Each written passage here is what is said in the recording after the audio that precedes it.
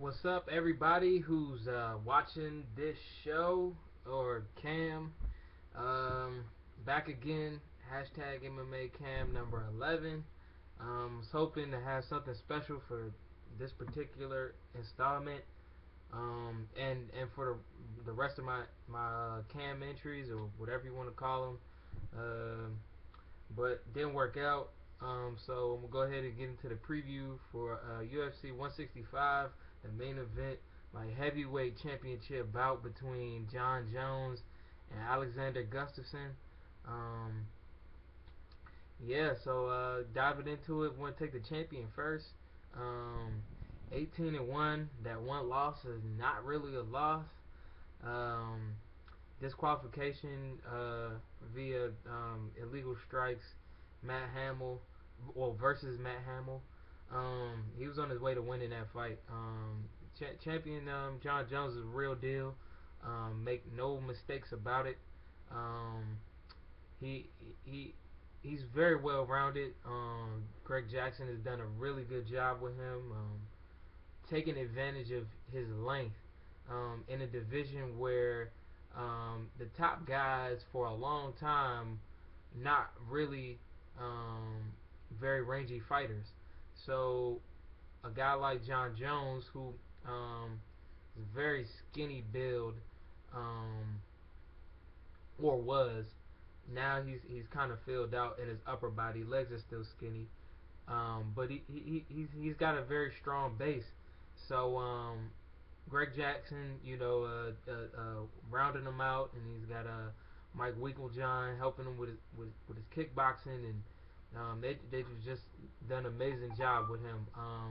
Right now on a 5 fight winning streak, or a 5 fight, a 5 championship uh, retaining streak, I guess we would call it. But anyways, looking for a 6, which will break the record held by Tito Ortiz. Um, yeah. So as far as Jones, looking at him on paper in the stand up, very well rounded, does a good job of keeping his opponent at the end of his strikes, be it kicks, knees, elbows, and punches. He does a good job of using his length well. Like I said, just keeping you at the end of those strikes is what he excels at. He loves to fight from the outside, and with that said, employing that game plan allows him to a lot of times control the pace because fighters tend to they don't like rushing him, and I think that's what we saw from Lyoto Machida, being able to put Jones in an uncomfortable space and being able to rush him.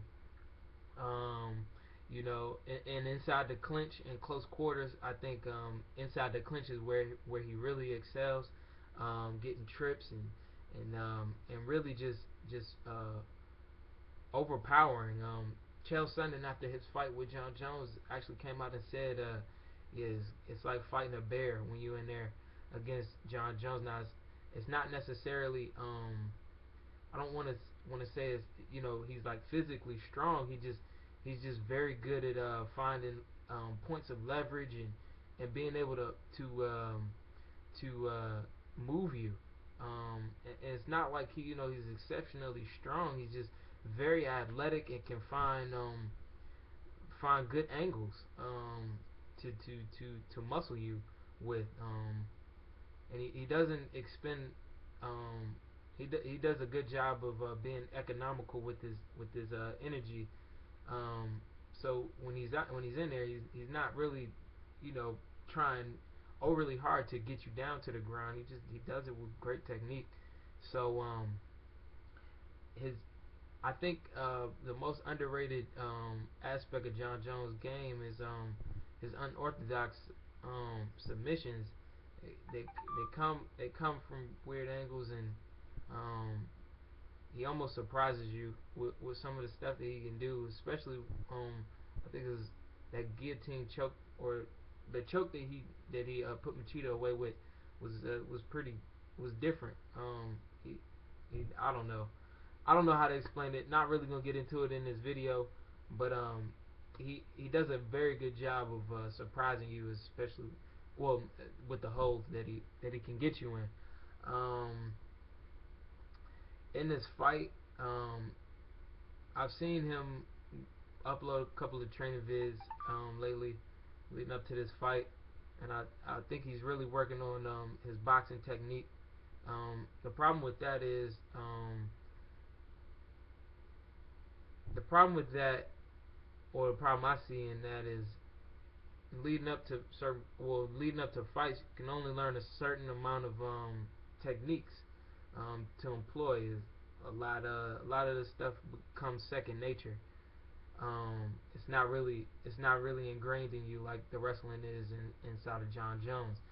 So I think much like the Chael Sonnen fight, he'll come out to try to attack his opponent's strength as opposed to attack his weakness, which would be boxing with Alexander Gustafsson. I think it could be a I think it could be a big mistake on the part of John Jones. Um, but I will say that I did say that he does a good job of keeping his opponents at the end of his strike. So, I mean, I do believe that he will shine with the boxing. He is a champion, and I don't think that he'll put himself in a predicament where he just completely gets outclassed on the feet, especially when that is his game plan coming into the fight. Um, that said, I'm gonna get into the challenger, Alexander Gustafsson, 15-1. Now his loss is real.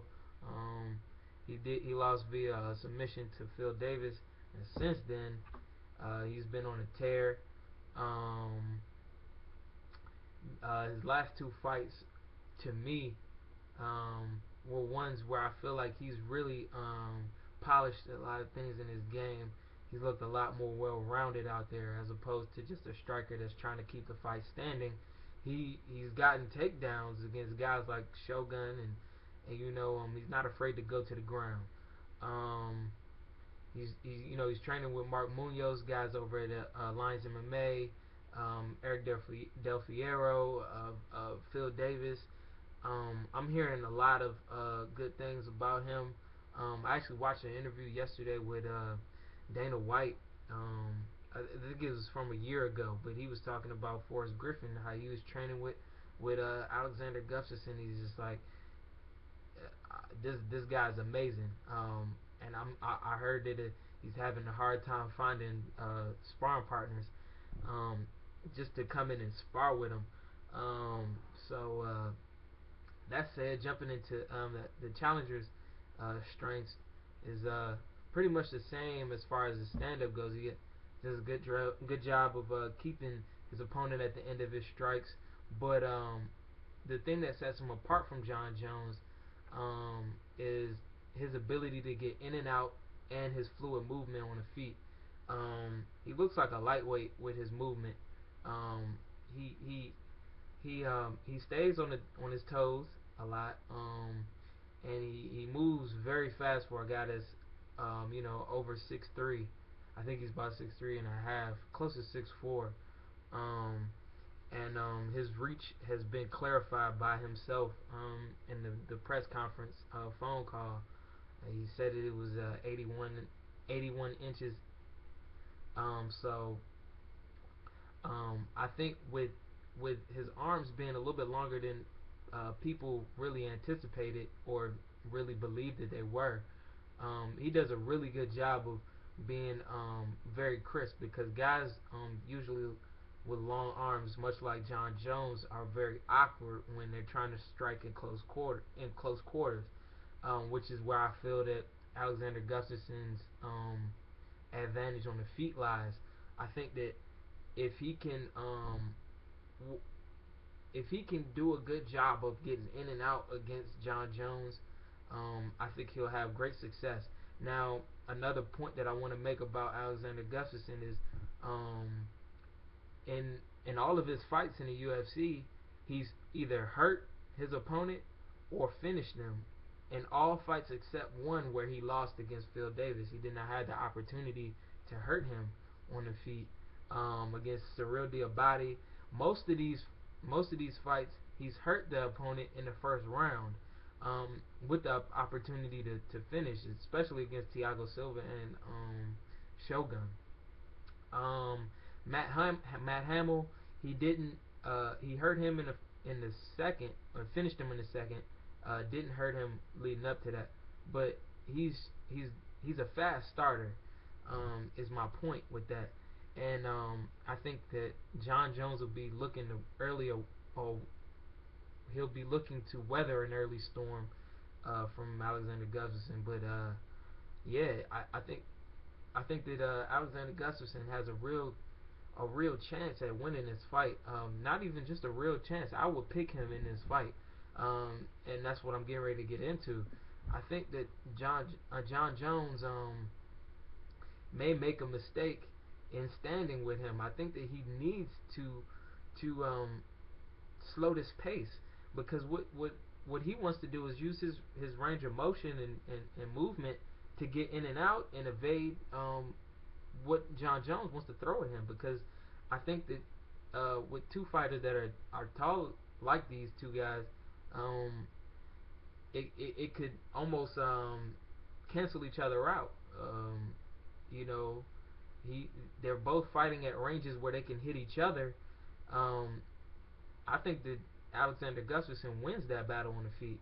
If they're, he has the experience of being able to strike on the feet, and John Jones, yeah, he's unorthodox, but Alexander Gustafsson is really experienced, um, getting in and out and fighting